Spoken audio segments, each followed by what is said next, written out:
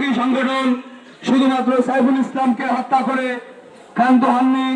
ওনাদের যে নীল নকশা আছে সেই নীল নকশার প্রথম কাজ হলো ওনাদের উদ্দেশ্য হলো মুসলিম নিধন করা। এই মুসলিম নিধন করার প্রথম সূত্রপাত সাইফুল ইসলাম ভাইকে নিয়ে হয়েছে। অতএব আমরা জঙ্গি সংগঠন, উগ্রবাদী মৌলবাদী ইসকন সংগঠনকে যে উদ্দেশ্য নিয়ে তারা প্রতিষ্ঠিত হয়েছে এই উদ্দেশ্য তাকে বাস্তবায়ন করতে দিব না। এই উদ্দেশ্য বাস্তবায়ন যদি করতে পারে বাংলাদেশের উপর একটা হুমকি আসবে।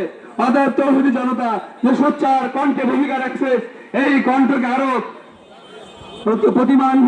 প্রতিমান করে এই কণ্ঠকে আরো ধাবমান করে এদেশ থেকে ইসকনকে চিরতরে বিতাড়িত করার যে আমরা সিদ্ধান্ত নিয়েছি সেই সিদ্ধান্ত ঐক্যমত পোষণ করব।